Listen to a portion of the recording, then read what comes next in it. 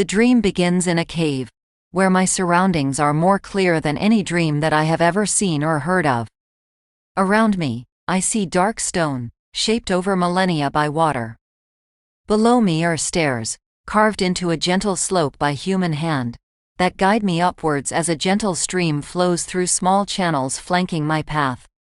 Webs of white light dance across the roof above as the light from the distant surface sun reflects the waters rippling onto the stone. I look back and the cave grows steeper. There the stairs twist down into the black abyss.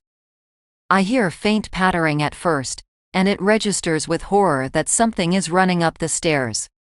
I sprint, hoping to beat the breakneck pace of the unseen creature, and as I leap up the path, I pass altars. Extinguished, melted candles and aged paintings of the dead blur past, and soon I step into the sun.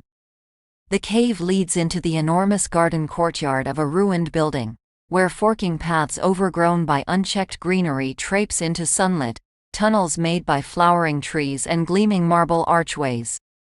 The sky above is the bluest blue describable, and I see it for a moment, framed through a 3-story balcony that lines the courtyard walls, before I have to run again.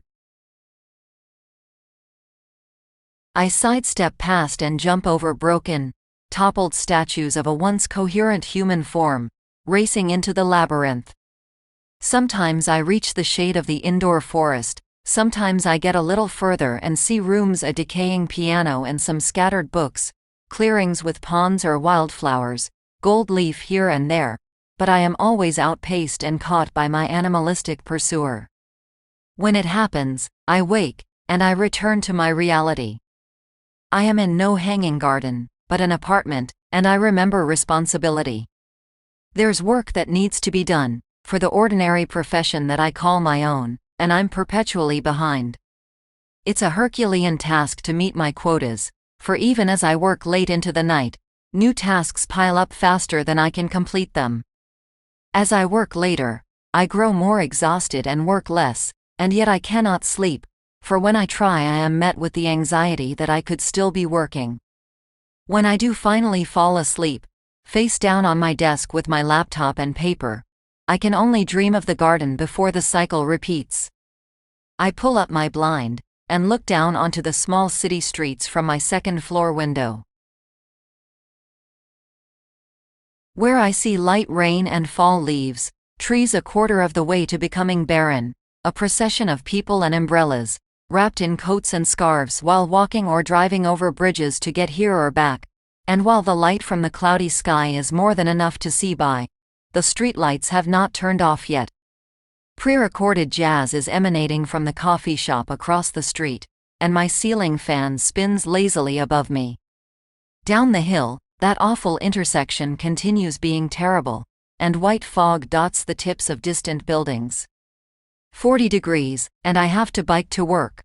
I fall asleep in my bed this time at a reasonable 12:28 a.m., and run once more through the garden. This time, I pass through a small maze of short, fragrant hedges, before stumbling upon a cracked stone staircase with a 3/4 turn. As I hit the ground, I see the path ahead. There is an archway bridge partially demolished by a mighty ash, and I wake up. In the real world, it is windy, dark, and cold outside of the blanket. It's before dawn, and I seem to have left a window open overnight. My laptop lies overturned on the floor, and the air inside my apartment is crisp in a way that makes me dread the upcoming bike to work, with the cold atmosphere being painfully sucked into my lungs as I breathe.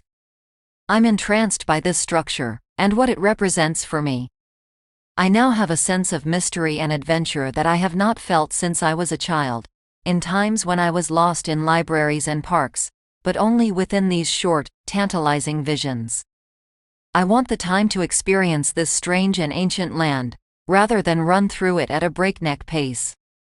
I want to taste the exotic fruit upon the trees. I want to read the crumbling pages of the decaying books. I want to lay down in the garden stream and feel the water run through my hair as I listen to the insects sing. But I can't have that, and soon enough, I wake into my life of work and more of it. Rustling paper, Swirling fall leaves, burnt, cheap coffee, misty rains and rolling fogs. They make me sick in a way that nothing else does now. I'm a prisoner counting the minute details in their tomb, aching to see the outside in all its glory, if even just for a day. I can't even have a day. The longest dream within the garden has never been much more than a minute or two. I need to see that blue again. I scramble up the steep slope of a toppled tower, thick vines and roots giving traction to the featureless marble brick, and leap onto a high battlement.